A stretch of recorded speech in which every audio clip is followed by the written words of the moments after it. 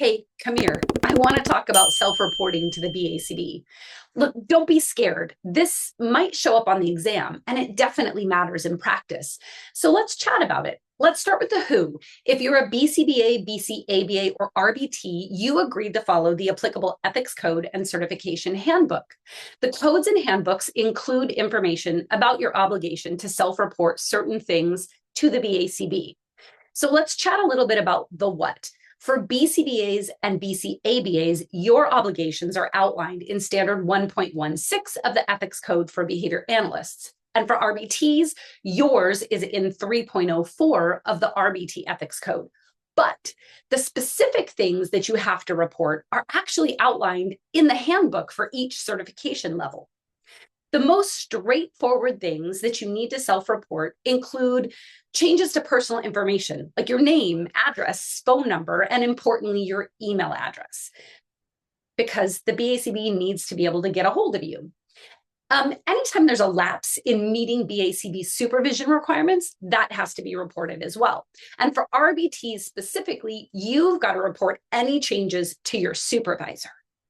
Okay, there are also several categories of critical events that must be self-reported, and there are too many to list out for this video. So be sure to read the ethics and self-reporting section of the handbooks to prep for the exam. I'm going to give you a quick list of some of the general things that need to be self-reported. Violations of one or more standard, physical and mental conditions and substance use disorders under certain circumstances. For example, any that have occurred within the past 3 years and for which you don't have an active, effective care plan. Also, certain investigations and audits, like a work-related investigation that is related to possible ethics violation or billing audits that are tied to specific dollar amounts. Certain agreements and actions, like a termination related to an ethics violation. So think legal charges, convictions, or disciplinary actions. That brings us to the when.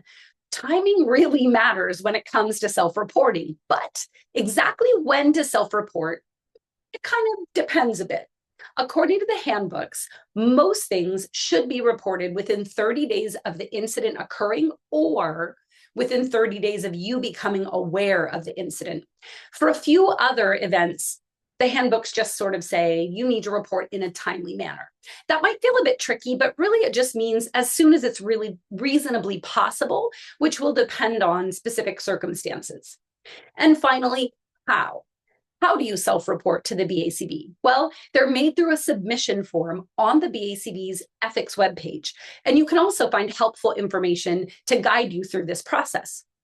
Supervisors, y'all are expected to support RBTs with this process if they need to self-report. Hang on to this reel for when you're studying and pass it along to a study partner. You want to build your knowledge even more? Okay, here's a recommendation. Go find one of the specific critical events for self-reporting in a handbook, rewrite it in your own words, and drop it in the comments below. That helps all of us learn more. So remember, who? BACB certificates. What? Things like changes to personal information, issues with supervision requirements, legal, disciplinary, credentialing issues. When? Within 30 days, usually. How? The BACB online form. Grab a copy of the handbooks and review the ethics and self-reporting sections, along with the related ethics standards to best prepare for the exam and for real-life practice.